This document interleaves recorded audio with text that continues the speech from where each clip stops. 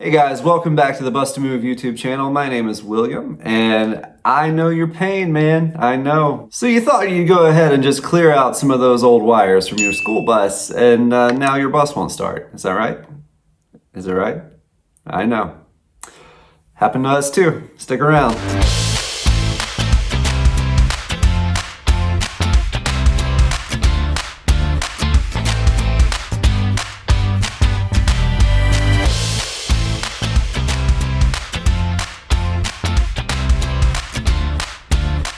I was gonna save it for the end, but I'll say it now. After all of the wires that we stripped out, the one thing that happened was our bus didn't crank. So we wound up putting a hot wire straight from the positive input of panel number 4 straight to the constant 12 volt ignition wire on the ignition itself. If that's why you're here, have a good time, run that wire, it'll crank up, because who cares if you have something somewhere grounding it out.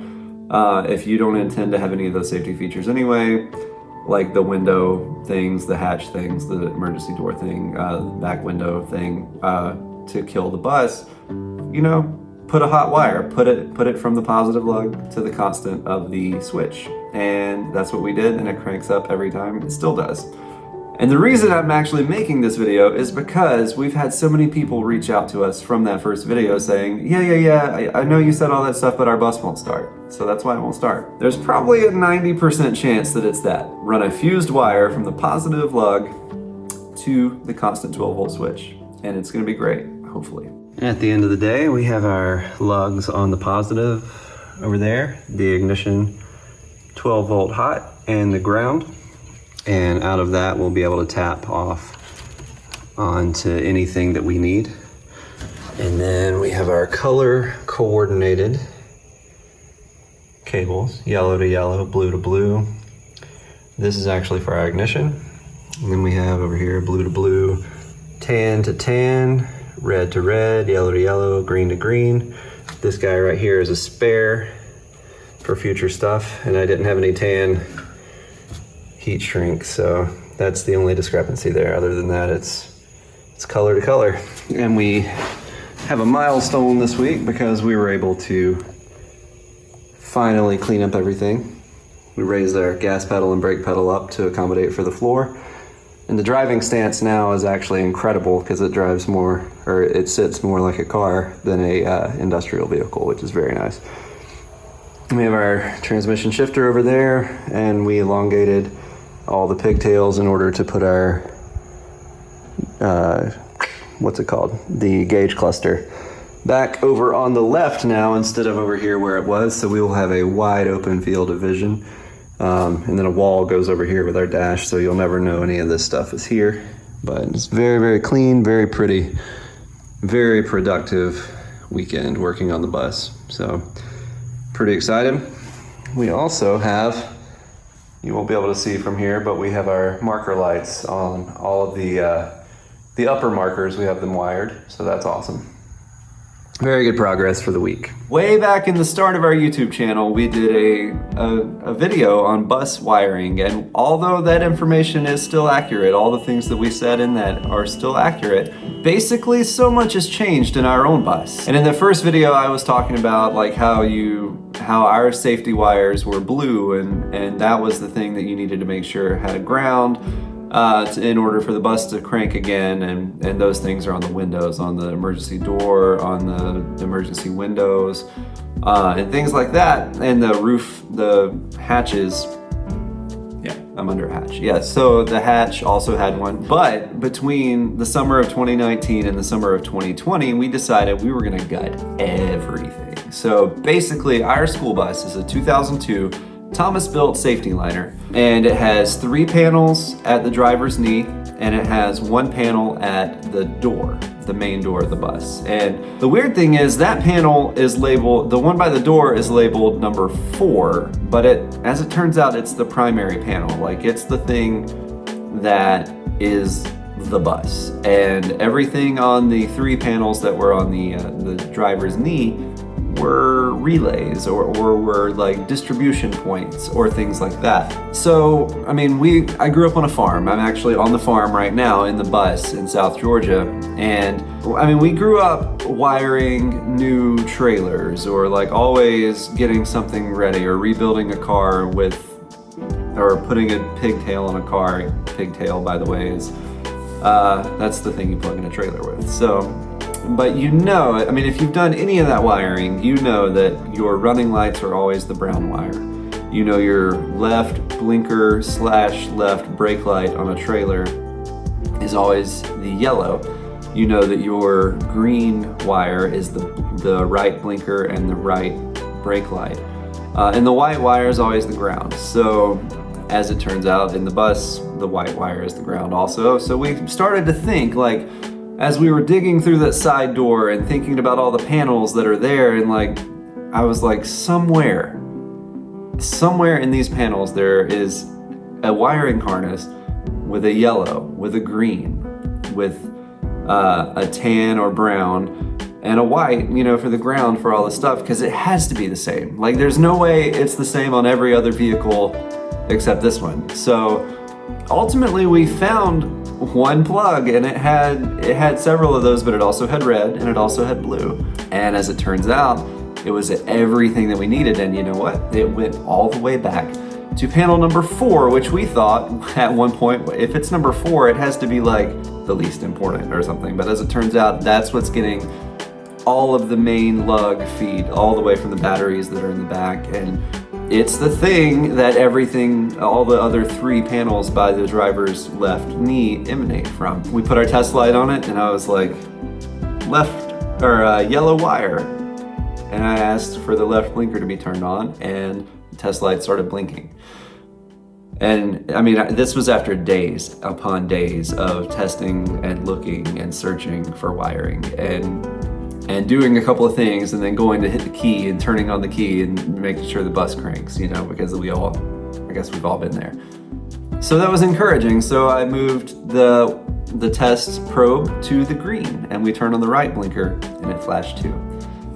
So then we put it in the brown and turned it on, and it was the headlights, just like we thought. And then it was time to test the red, which I assumed. And sometimes that's a bad thing to do, but in this case it was perfect, because I assumed that the red meant the brake line.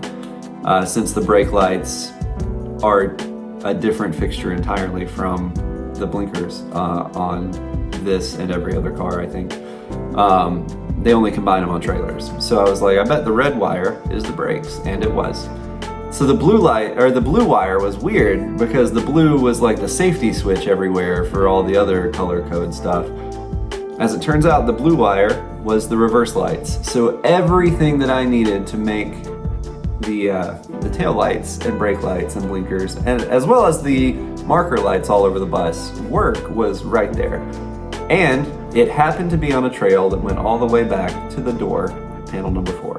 What that led us to believe was, if we unhook everything from those 3 panels, I bet the bus will still crank, and I bet we'll have blinkers, because those trace all the way back to panel number 4. So what we've wound up doing is we've taken out all 3 panels.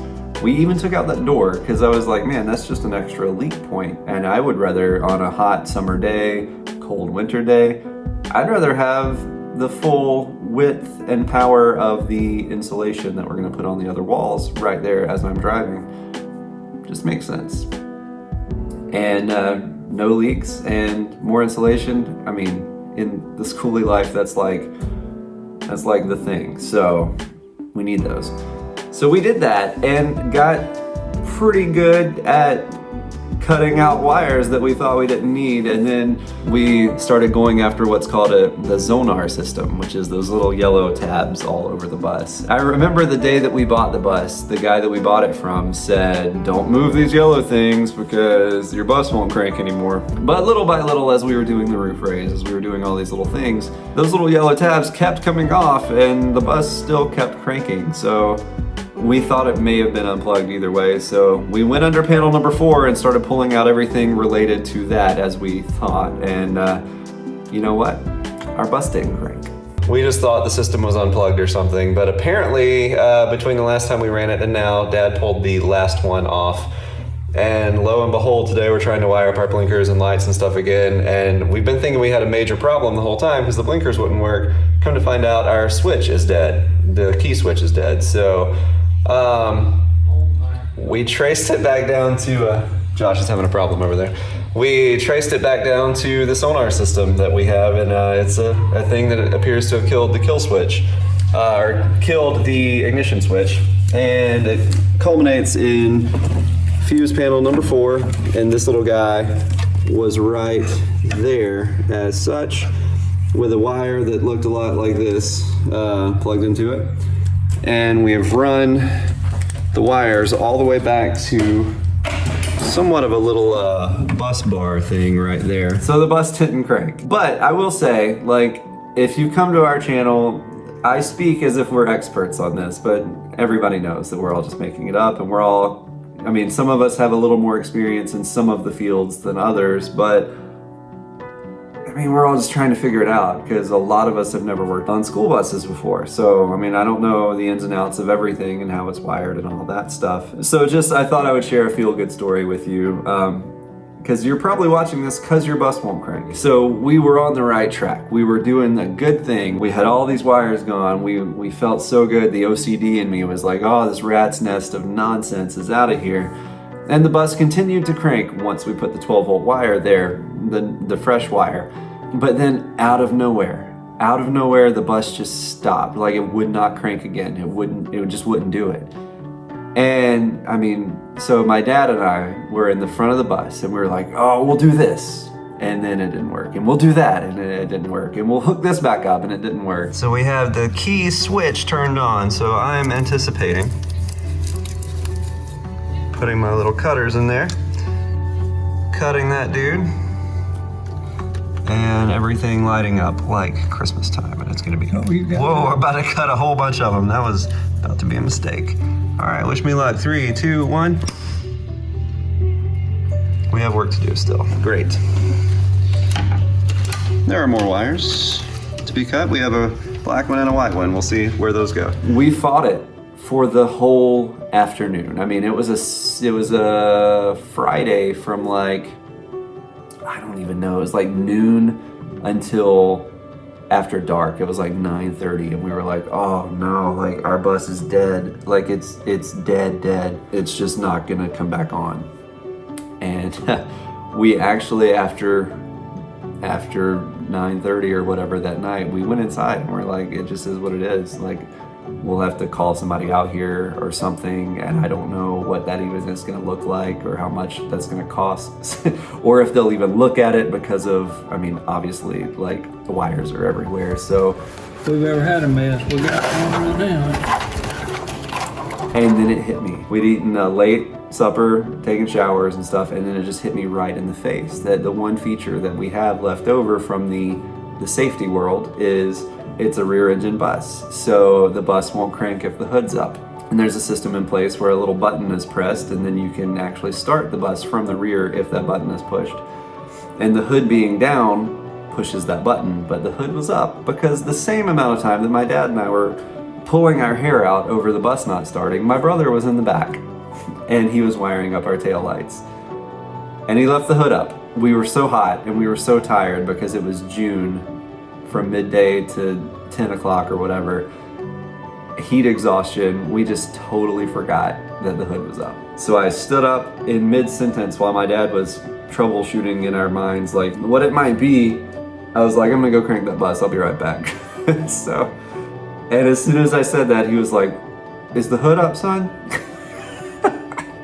And I said, I think so. So he threw on some clothes and we all walked back down to the barn, and I shut the hood, reached in, hit the key, and the bus fired up like nothing was ever wrong. Because nothing was ever wrong, the hood was up. So nobody gets it right all the time. Long story short, we burnt a whole day tracking down something that was as easy as the hood being up. So don't hate yourself for doing dumb things, because we've all been there. So back to our bus. We are so excited that there aren't any 12-volt wires. I mean, none in here. except for one trunk that runs from the front of the bus up around here, and then one leg runs all the way to the back, and that's what services the marker lights on the upper section of the bus. But that's shielded wire, that's heavily insulated wire, that's wire that's not going anywhere, and it's not going to overheat because it's far too big for the load that's going through it, and in such a way where it's not going to overheat and burn up or anything like that. But other than that, we're cleared out. Everything's cleared out. The bus still cranks after our 12-volt wire between the ignition switch and the fuse panel. And all is good, man. Like, there's no clutter, there's no extraneous wires, there's no anything. And there's not even a door there to leak, which is my favorite part.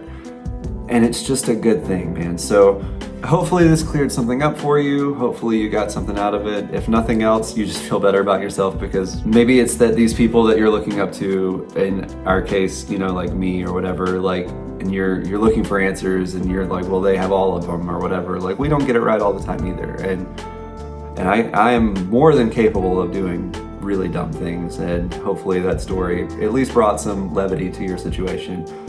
Or maybe you've long since turned this off to go run your own wire to crank up your own bus. And if that's the case, man, that's even better, because that's why this video exists. So we just love the Skoolie community. We love the YouTube community. We love the fact that we can share our thoughts with you guys, and that you can leave comments, and that you can tell us what you've done, or if this helped, how this helped, what you wish I would have said because you have a different wiring issue. Post it in the comments. Like, if you think that I can help you solve something, I would love to help you solve something, or I would love at least a chance to try. So just definitely give us a shout out, like the video if it has helped you, and just help us boost the algorithm so we can help other people. And definitely subscribe to the channel. We want you to be a part of our journey, and we kind of through this are a part of yours as well. So that's really cool that we get to do that together. So thanks a lot, and bus love.